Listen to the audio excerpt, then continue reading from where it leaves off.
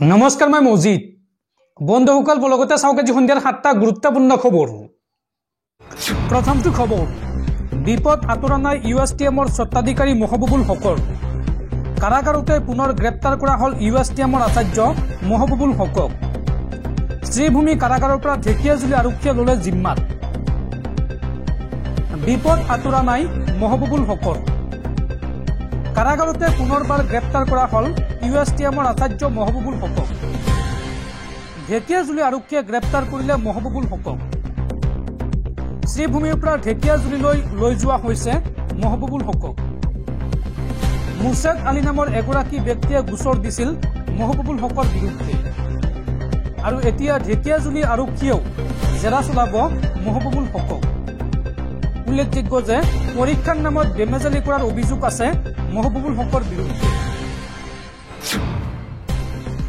পৰৱৰ্তী খবৰ, হিন্দু মুছলমানৰ মাজত মাটি ক্ৰয় বিক্ৰয়ৰ সিদ্ধান্তক লৈ এইবাৰ আক্ৰমণাত্মক ৰূপত বিধায়ক অখিল গগৈ।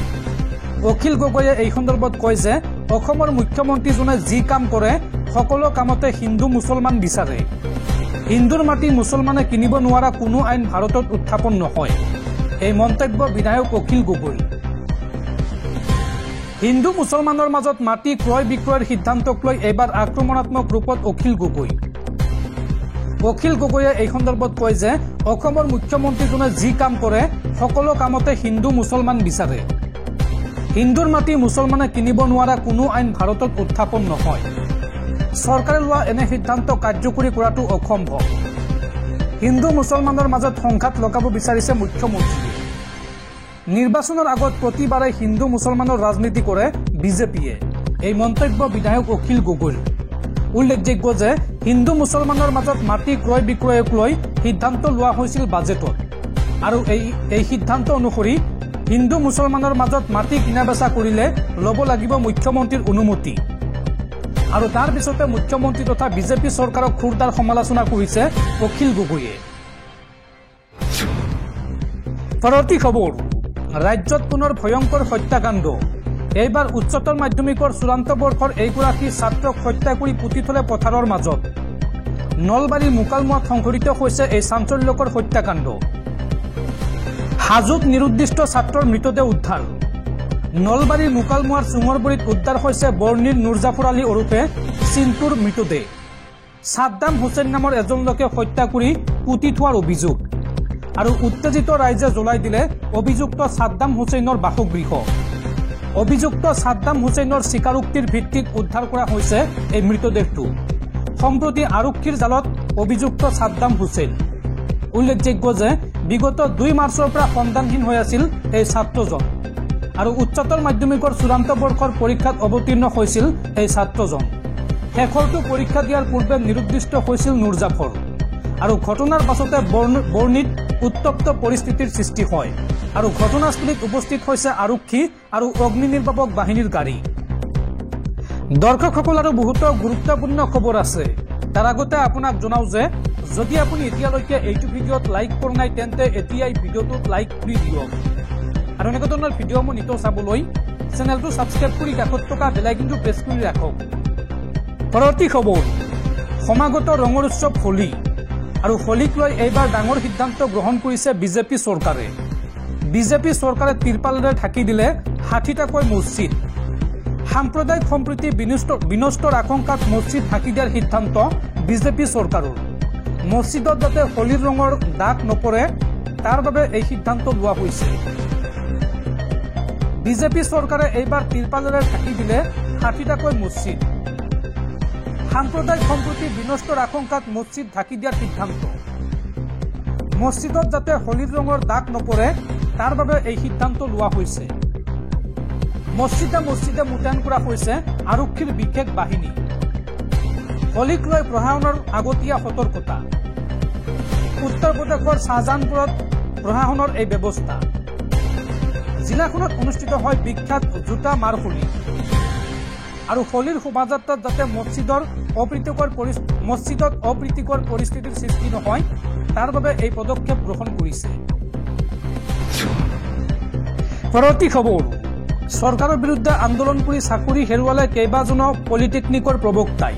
আৰু এই সন্দৰ্ভত শিক্ষামন্ত্ৰী ৰণোজ পেগুৰ স্পষ্ট ঘোষণা যে তেওঁলোকে চাকৰি ঘূৰাই নাপায়,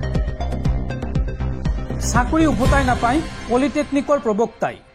শিক্ষামন্ত্ৰী ৰণোজ পেগুৱে কৰিলে এই ঘোষণা।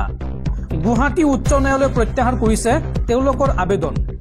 নিয়মীয়া নিযুক্তিৰ প্ৰক্ৰিয়াত অংশ লোৱাৰ আহ্বান চাকৰি হেৰুওৱা ৩৭ গৰাকী প্ৰবক্তাক।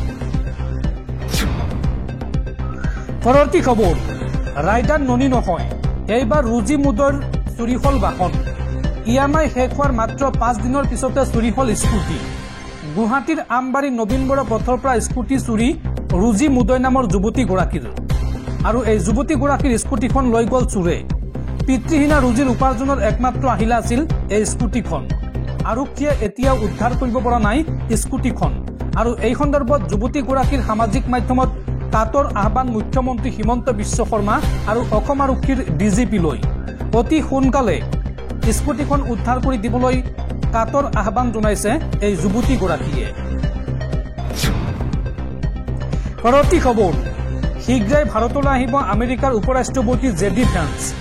চলিত মাহতে ভাৰতলৈ আহিব আমেৰিকাৰ উপৰাষ্ট্ৰপতি JD ভেন্স। তেওঁৰ সৈতে আহিব তেওঁৰ পত্নী উষা ভেন্সো। আৰু এই ভ্ৰমণৰ সময়ত দুয়ো দেশৰ শুল্ক নীতিক লৈ পুনৰ আলোচনাৰ সম্ভাৱনা। পৰৱৰ্তী খবৰ, টুইন টাৱাৰক লৈ এইবাৰ বিধানসভাত সমূহ সমৰত মুখ্যমন্ত্ৰী হিমন্ত বিশ্ব শৰ্মা আৰু বিধায়ক অখিল গগৈ। বিধায়ক অখিল গগৈয়ে এই সন্দৰ্ভত মুখ্যমন্ত্ৰীক কয় যে তৰুণ গগৈয়ে বনোৱা বিল্ডিংটোকে আপুনি টুইন টাৱাৰ বুলি কয়। দুনিয়াৰ মিছা কথা কৈ ফুৰিছে আপুনি। টুইন টাৱাৰক লৈ এইদৰে অখিল গগৈ আৰু হিমন্ত বিশ্ব শৰ্মাৰ মাজত বাক যুদ্ধ বিধানসভাত। তৰুণ গগৈয়ে বনোৱা বিল্ডিংটোকে আপুনি টুইন টাৱাৰ বুলি কয়। মুখ্যমন্ত্ৰীক উদ্দেশ্যি এই মন্তব্য অখিল গগৈৰ। অখিল গগৈয়ে লগতে কয় যে দুনিয়াৰ মিছা কথা কৈ ফুৰিছে আপুনি। টুইন টাৱাৰক লৈ অখিল আৰু হিমন্ত বিশ্ব শৰ্মাৰ মাজত এই বাক যুদ্ধ। আপোনাৰ লগত টুইন টাৱাৰ চাবলৈ গ'লে মোৰ লগত ঘৰত কাজিয়া লাগিব। অখিল গগৈক উদ্দেশ্যি এই মন্তব্য কৰে মুখ্যমন্ত্ৰীয়ে। কিয়নো মুখ্যমন্ত্ৰীক কৈছিল আপুনি মোক লগত গৈ দেখাওক টুইন টাৱাৰ। তাৰ পিছতে মুখ্যমন্ত্ৰীয়ে কৰিছে এই মন্তব্য। মুখ্যমন্ত্ৰীগৰাকীয়ে লগতে কয় যে তৰুণ গগৈয়ে বনোৱা কোনো বস্তু আমি চোৱাই নাই। টুইন টাৱাৰ দেখুৱাবলৈ মন্ত্ৰী চন্দ্ৰমোহন পাটোৱাৰীয়ে আপোনাক লৈ যাব। ময়েই টুইন টাৱাৰৰ আধাৰশিলা স্থাপন কৰিছো আৰু ময়েই মুকলি কৰিম। এই মন্তব্য কৰে মুখ্যমন্ত্ৰী হিমন্ত বিশ্ব শৰ্মাই। পৰৱৰ্তী খবৰ, দেশৰ প্ৰধানমন্ত্ৰী নৰেন্দ্ৰ মোদী ক'ত? দেশৰ মহত্বপূৰ্ণ বিষয় আহিলেই নাইকিয়া হৈ যায় প্ৰধানমন্ত্ৰী মোদী। গৌৰৱ গগৈৰ ভাষণত এইদৰে উত্তাল হৈ পৰিল লোকসভা। লোকসভাত এইবাৰ গৰজি উঠিল অসমৰ সাংসদ গৌৰৱ গগৈ। বন্দুকৰ বলত শান্তি আনিব বিচাৰিছে বিজেপি চৰকাৰে। এই মন্তব্য গৌৰৱ গগৈৰ। গৌৰৱ গগৈয়ে লগতে কয় যে মণিপুৰলৈ কিয় যাব পৰা নাই প্ৰধানমন্ত্ৰী নৰেন্দ্ৰ মোদী। দেশৰ মহত্বপূৰ্ণ বিষয় আহিলেই নাইকিয়া হৈ যায় প্ৰধানমন্ত্ৰী। আৰু এই মন্তব্যৰ পিছতে গৌৰৱ গগৈৰ বিৰুদ্ধে প্ৰধানমন্ত্ৰীক অপমানৰ অভিযোগ আনিলে বিত্তমন্ত্ৰীকে। আৰু বিত্তমন্ত্ৰীক প্ৰধানমন্ত্ৰীয়ে পূৰ্বে সদনত দিয়া ভাষণ শুনাৰ পৰামৰ্শ গৌৰৱ গগৈৰ। পূৰ্বৰ প্ৰধানমন্ত্ৰীক বহুবাৰ অপমান কৰিছে বৰ্তমানৰ প্ৰধানমন্ত্ৰীকে। গৌৰৱ গগৈৰ ভাষণত এইদৰে উত্তাল হৈ পৰিল লোকসভা। সমালোচনা শুনাৰ সাহস নাই বিজেপিৰ। লোকসভাত এই মন্তব্য অসমৰ সাংসদ গৌৰৱ গগৈৰ।